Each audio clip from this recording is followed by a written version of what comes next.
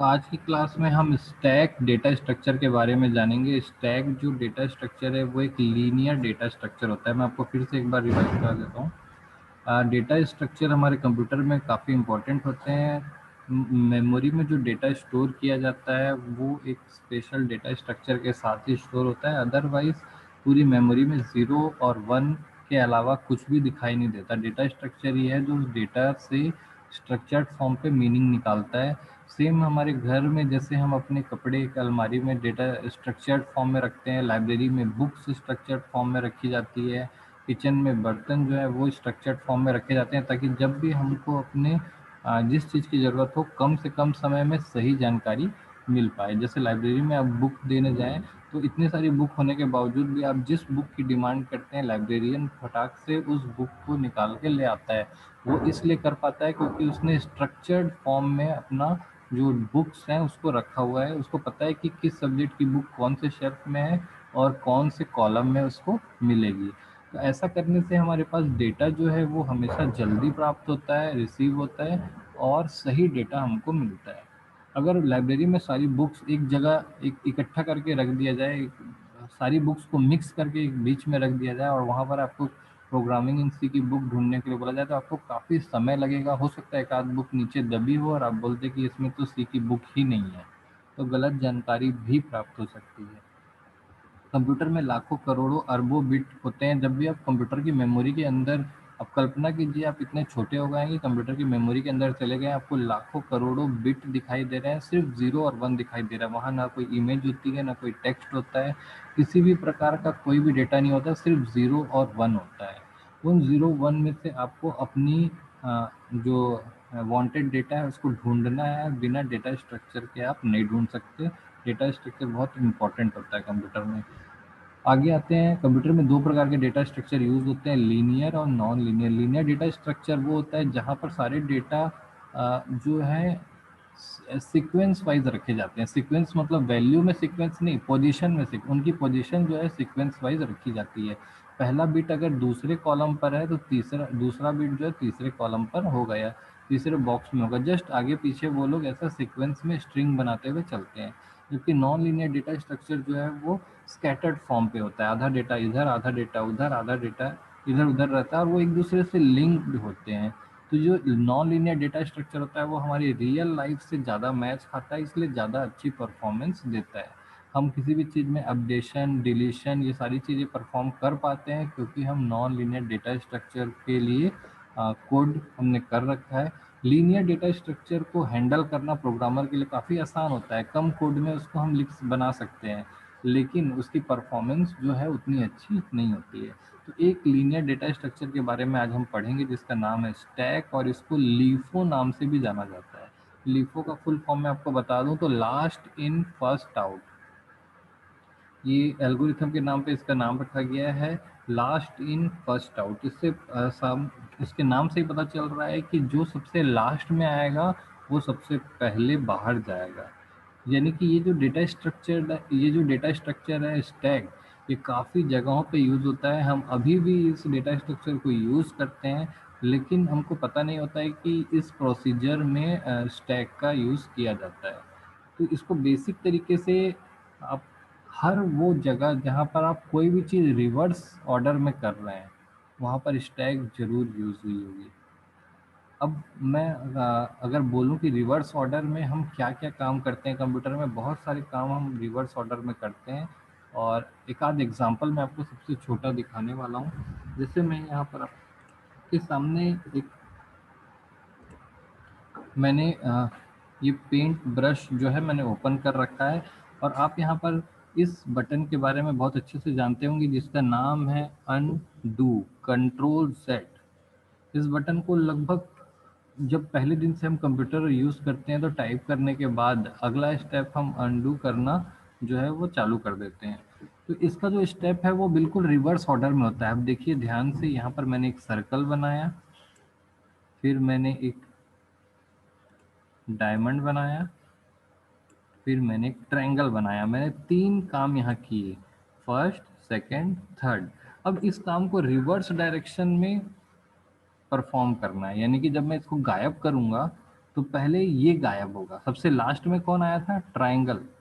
सबसे लास्ट में आया ट्रायंगल, लेकिन सबसे पहले गायब कौन होगा? ट्रायंगल। जब मैं अनडू करता हूँ यहाँ पर देखिए, सबसे लास्ट में, सबसे पहले लास्ट में आया था ट्रायंगल, लेकिन सबसे पहले वो चला गया। फिर जब मैं अनडू करूंगा तो क्या होगा? ये होगा, और जो सबसे पहले आया था वो सबसे लास्ट में जाएगा।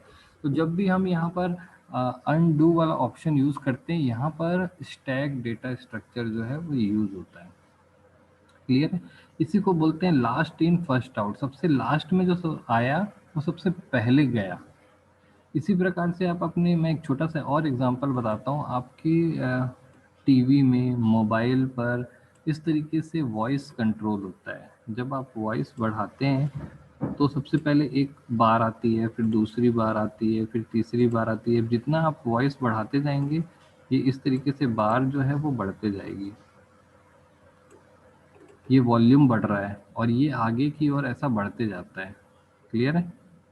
अब जब आप वॉल्यूम कम करते हैं तो सबसे लास्ट में कौन सा आया था? तीसरी वाली बार आई थी। वॉल्यूम कम करते हैं तो वो हटता है, ऐसा ऐसे वॉल्यूम कम होता है।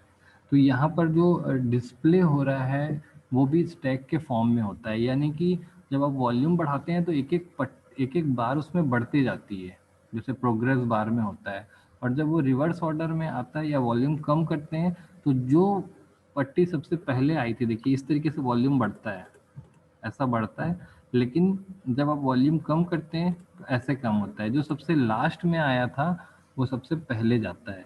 इसी का नाम रखा गया है LIFO, last in first out.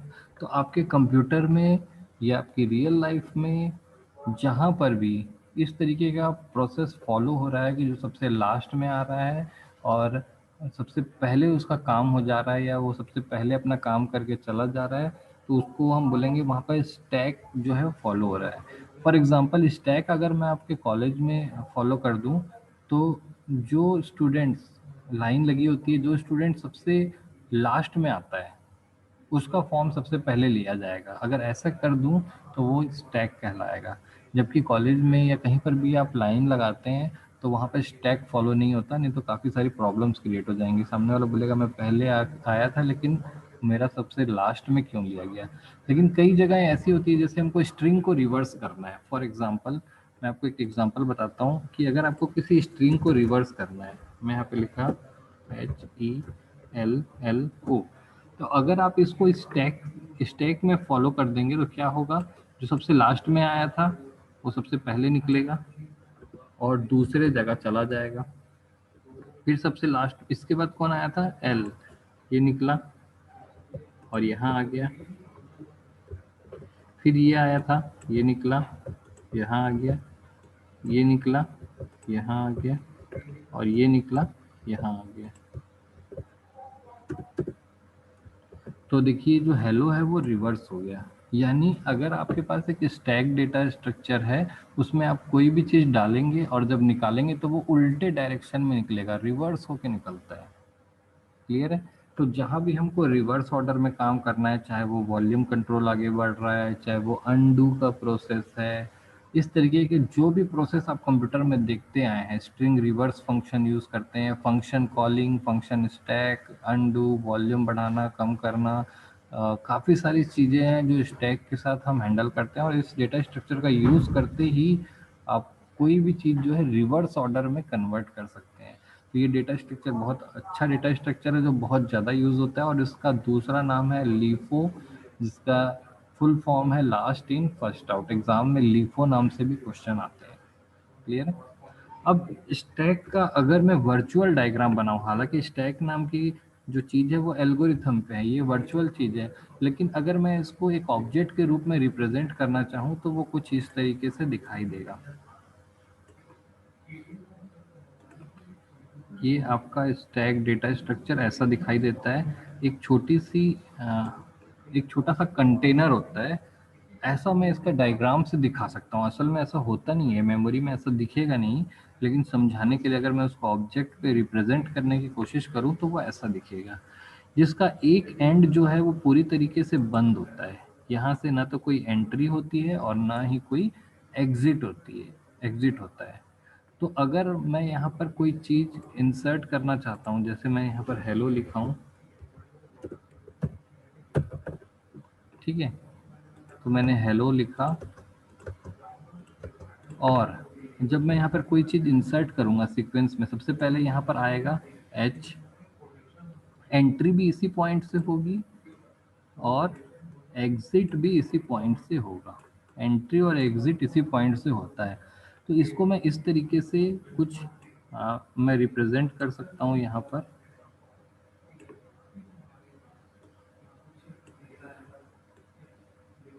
Clear है? तो जब सबसे पहले एच आया तो एच यहाँ पर नीचे में आ जाएगा सबसे पहला, लेकिन वो यहाँ से बाहर नहीं निकल सकता नीचे से। ई एल एल ओ।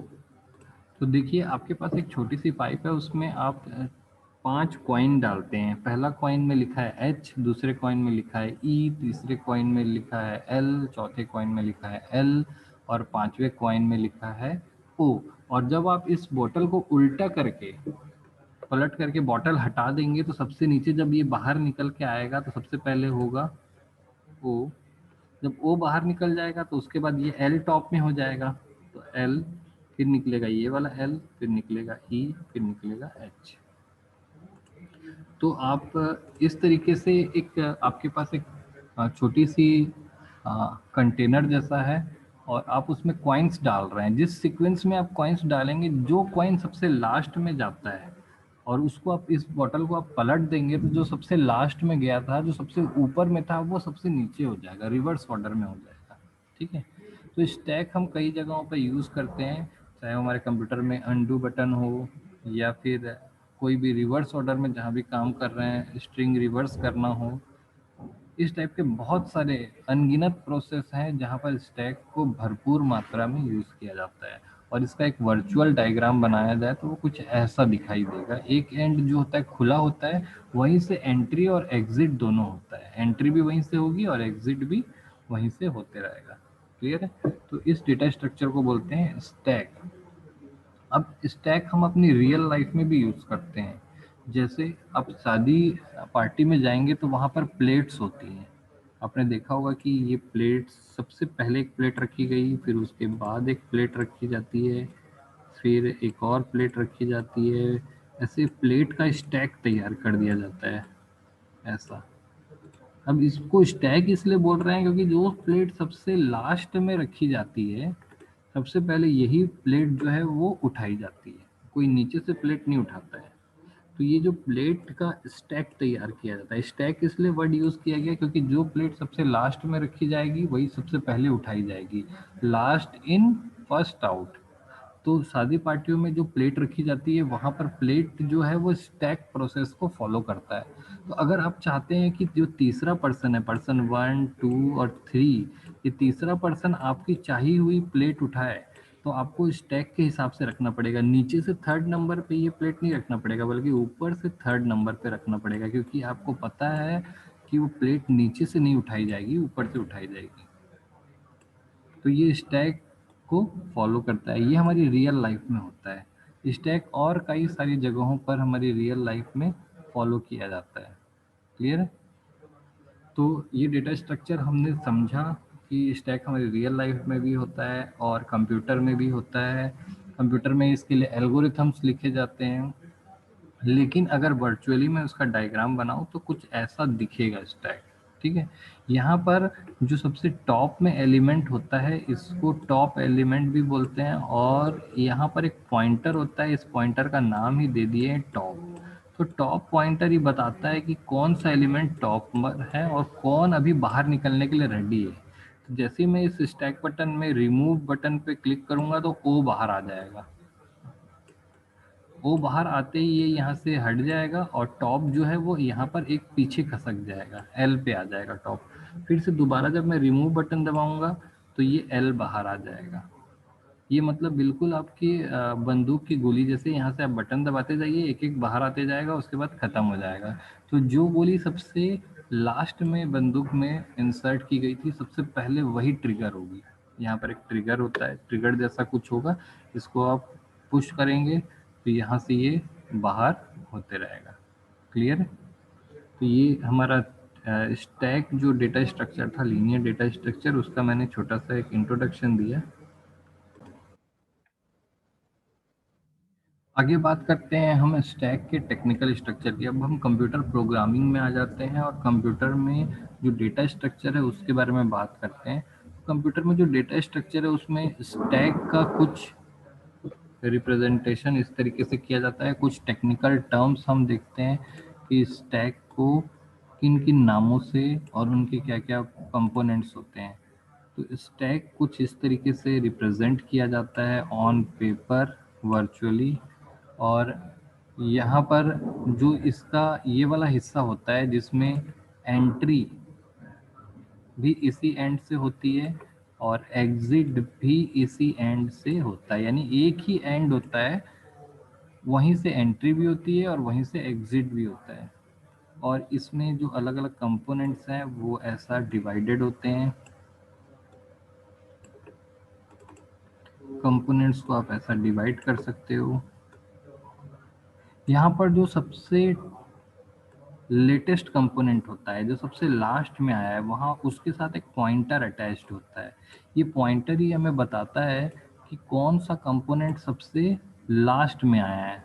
इस पॉइंटर का नाम होता है टॉप। और एल्गोरिथम में टॉप नाम दिया है तो आप टॉप ही लिखेंगे, इसका नाम चेंज नहीं करना है। एल्गोरिथम इस तरीके से डिफाइन किया गया है। तो टॉप पॉइंटर बताता है कि कौन सा एलिमेंट सबसे लास्ट में आया। यानी आपके घर पे अगर मान लीजिए कुर्सी रखी हुई है, 10 कुर्सी, जिसमें 5 लोग बैठे हैं, तो एक टॉप पॉइंटर होगा जो बताएगा सबसे लास्ट में कौन आया है।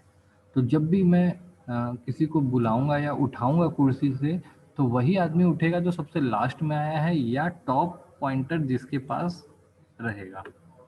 क्लियर है? तो इनमें से कौन सा बाहर निकलेगा? जो टॉप पर है। एक बाहर निकलने के बाद ये जो टॉप पॉइंटर है वो एक स्टेप पीछे खसक जाता है, यहाँ पर आ जाएगा टॉप। और ऐसा वो एक एक करके पीछे खसकते जाएगा। लास्ट में एक कंडीशन आएगी जिसमें स्टैक जो है वो एम्प्टी हो जाएगा। एम्प्टी होने का मतलब अब कुर्सी में कोई भी नहीं बैठा है, अब बाहर निकालने के लिए कोई नहीं है, स्टैक एम्प्टी है। ठीक है? तो इस तरीके की जो सिचुएशन होती है, इसको हम यहाँ पे स्टैक को कुछ टेक्निकल वर्ड से ऐसे लिख सकते हैं। स्टैक ऐसा सीक्वेंस होता है जिसका एक एंड जो है वो बंद होता है और दूसरा एंड जो है खुला होता है। अब कई चीज़ों में कोई ज़रूरी नहीं है कि स्टैक ऐसा ही बनाया जाए, ये तो वर्चुअल डायग्राम है। अगर मैं स्टैक को ऐसा बनाऊं तो भी कोई गलत नहीं है।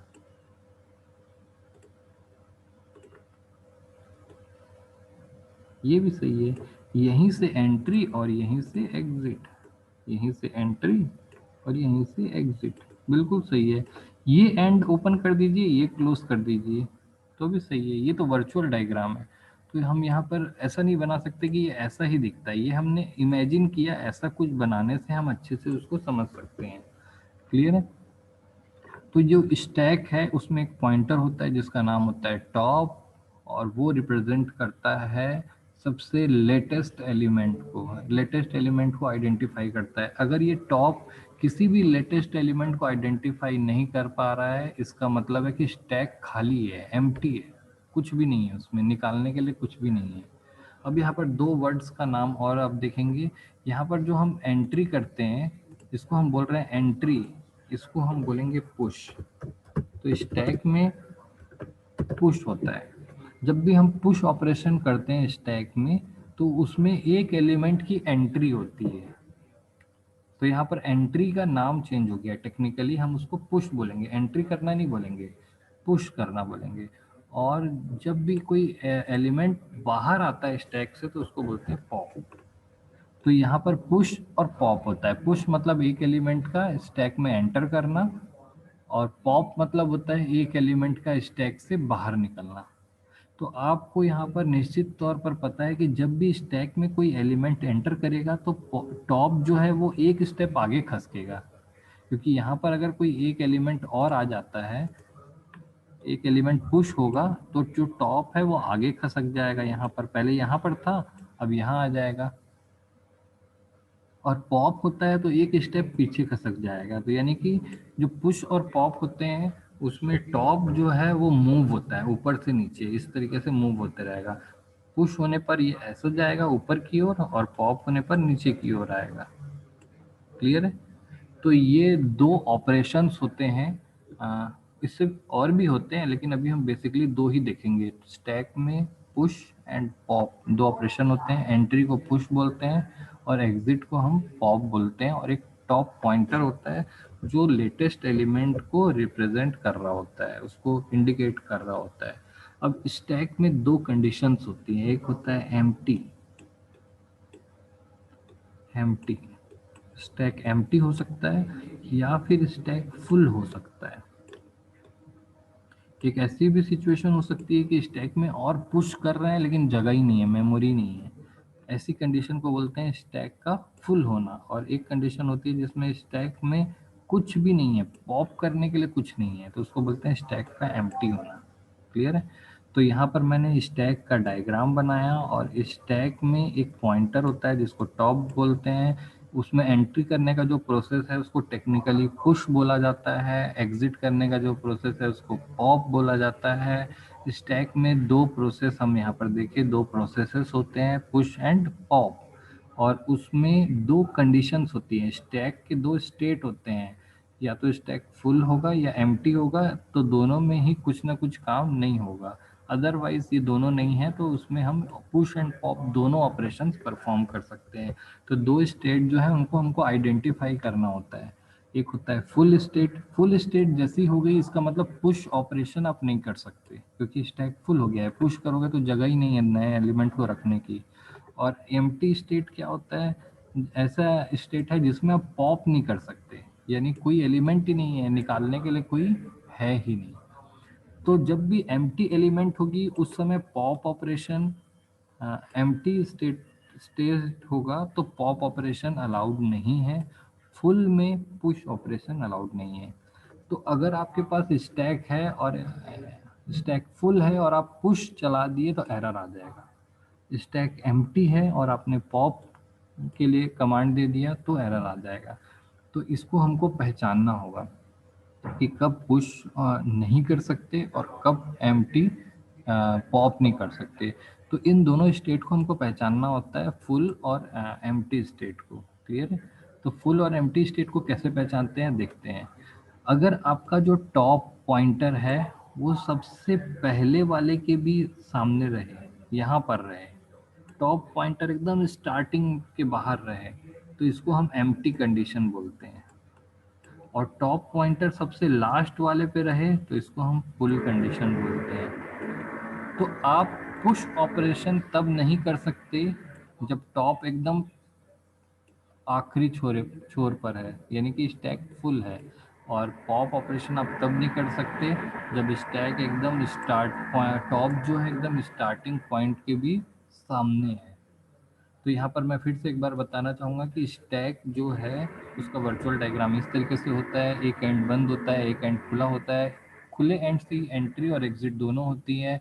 एंट्री करने का जो प्रोसेस है उसको टेक्निकली पुश बोला जाता है और एग्जिट करने का जो टेक्निकली प्रोसेस है उसको पॉप कहा जाता है। इसमें जो टॉप पॉइंटर होता है पुश पॉप के साथ ऊपर नीचे मूव करता है और सबसे लेटेस्ट एलिमेंट को, सबसे लास्ट में आए हुए एलिमेंट को रिप्रेजेंट कर रहा होता है, क्योंकि उसी को बाहर निकालना होता है, इसीलिए इसको लीफो कहा जाता है।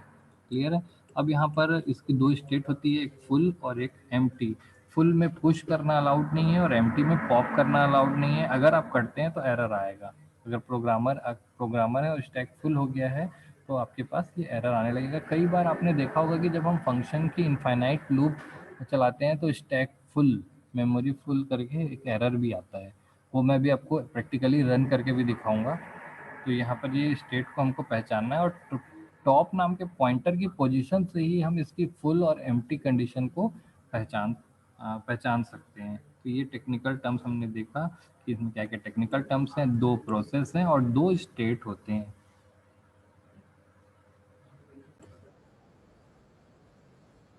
तो प्रोग्रामिंग के कई सारे कंसेप्ट जो होते हैं वहाँ पे स्टैक जो है वो यूज़ होता है। जैसे हमने रिकर्शन पढ़ा होगा किसी प्रोग्रामिंग लैंग्वेज में। हर प्रोग्रामिंग लैंग्वेज में फंक्शन कॉलिंग जो होती है वो स्टैक के थ्रू ही होती है, क्योंकि एक फंक्शन जब रन हो रहा होता है और दूसरे को कॉल करता है तो अपना काम छोड़ करके स्टैक में नई की एंट्री हो जाती है। यानी कि इसको मैं एक एग्जांपल से समझाऊं कि एक शादी की पार्टी चल रही है और एक ही आदमी जो है वो काम करने वाला है। अब आपने सब्जी को बनाने के लिए गैस पर चढ़ा दिया है, अचानक से आपके पास नए एलिमेंट की एंट्री होती है, नए एलिमेंट की एंट्री हो रही है, और वो एलिमेंट ज़रूरी है सब्जी बनाने के लिए, यानी कि आपने सब्जी काटी ही नहीं है, तो आप सब्जी बनाना को बीच में छोड़ देंगे और नया काम करने लग जाएंगे। पहले यहाँ पर सब्जी बना रहे थे, अब छोड़ के आप यहाँ पर नया काम करने लग गए, तो इसका जो पुराना स्टेट है वो यहाँ पर कंप्लीट नहीं हुआ, इनकम्प्लीट स्टेट को स्टैक में रख दिया जाता है, क्योंकि ये तभी आप बना पाएंगे जब ये कंप्लीट होगा। क्लियर है?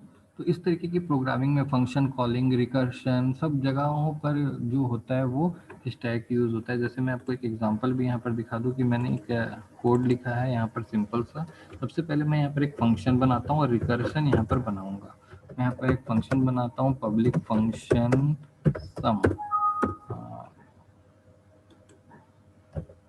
ठीक है, एक फंक्शन बनाया और यहाँ पर मैंने लिखा प्रिंट ओके, देन मैं यहाँ पर रिकर्शन कर दिया फंक्शन को, ये फंक्शन अपने आप को सेम कॉल कर दिया और यहाँ पर मैं इसको कॉल करके ट्रिगर कर रहा हूँ। यहाँ पर रिकर्शन का कोड हुआ है, जितने बार रिकर्शन होगा तो ये यहाँ पर लाइन से कंप्यूटर बहुत तेजी से एग्जीक्यूशन करता है। अब देखिए जैसे मैं क्लिक करूँगा तो यहाँ पर एक मैसेज आया, आउट ऑफ स्टैक स्पेस। इसका मतलब है स्टैक जो है वो फुल हो गया, इतने सारे काम आते गए काम आते गए काम आते गए कि स्टैक के लिए जो मेमोरी अलॉट की गई थी वो फुल हो चुका है। उसके बाद भी आपने पुश कमांड दिया और एरर आ गया।